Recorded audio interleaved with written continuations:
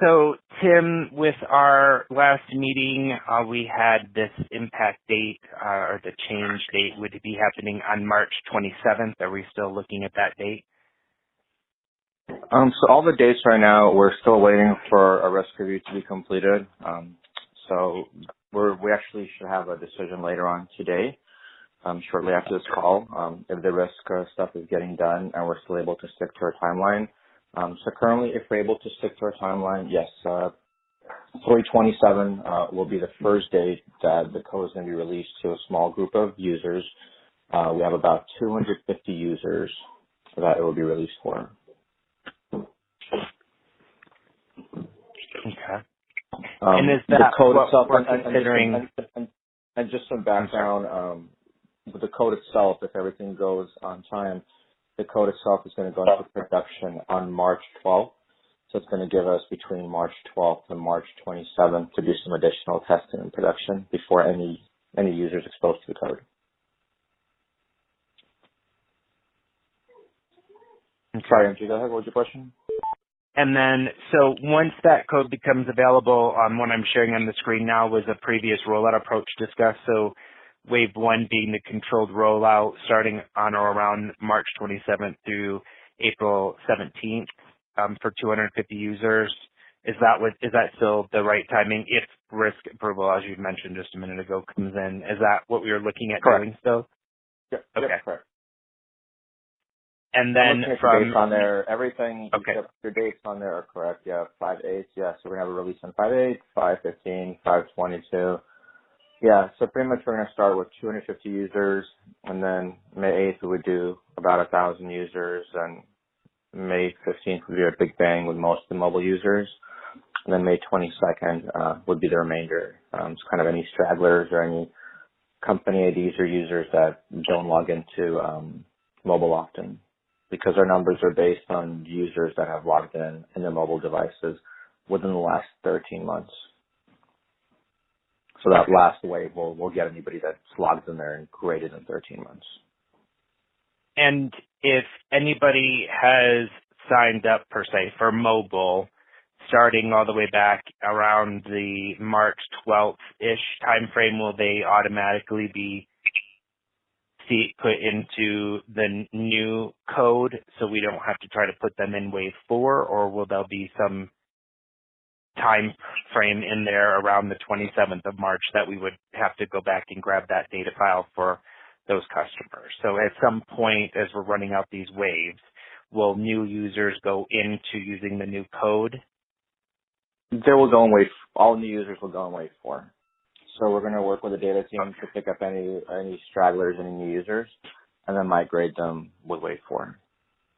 Unfortunately, with how we're using marketing flags to migrate the users, with how it works, it's hard to catch them at the onset, so we're going to move them with wave 4. Okay.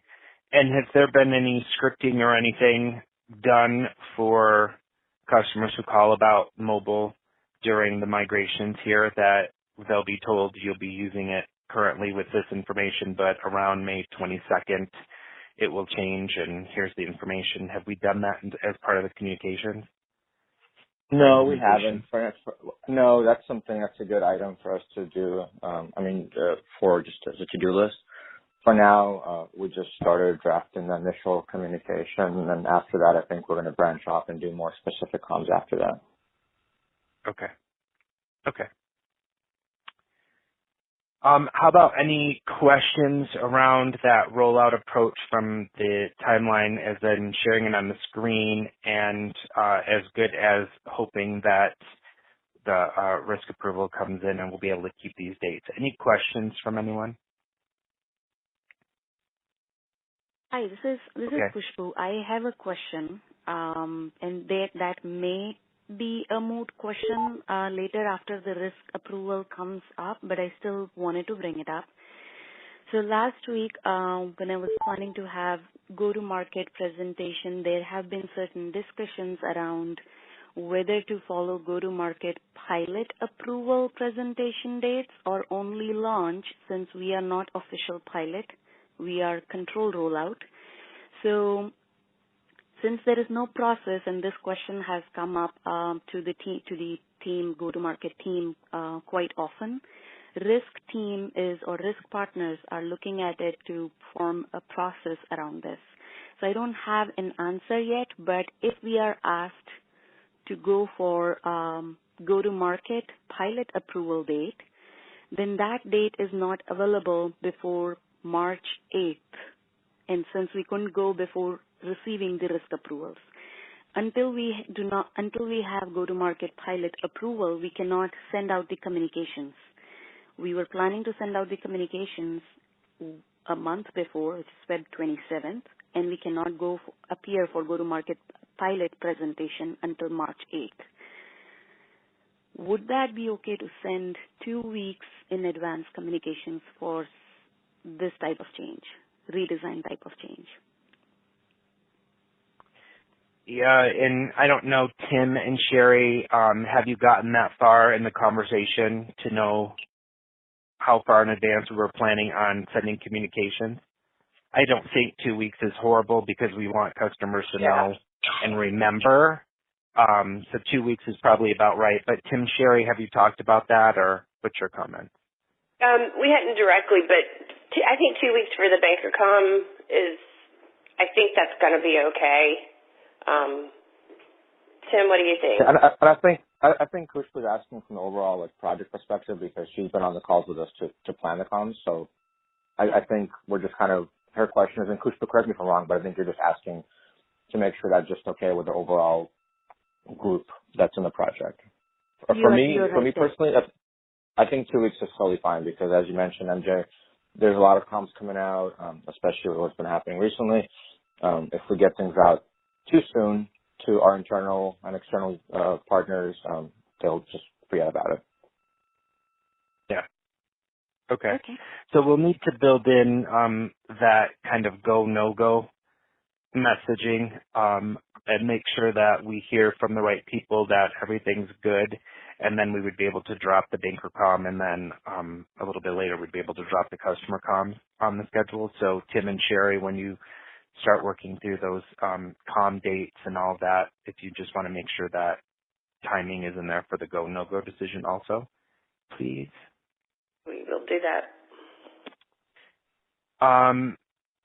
And then from a communications standpoint, who are we sending all of these waived communications to?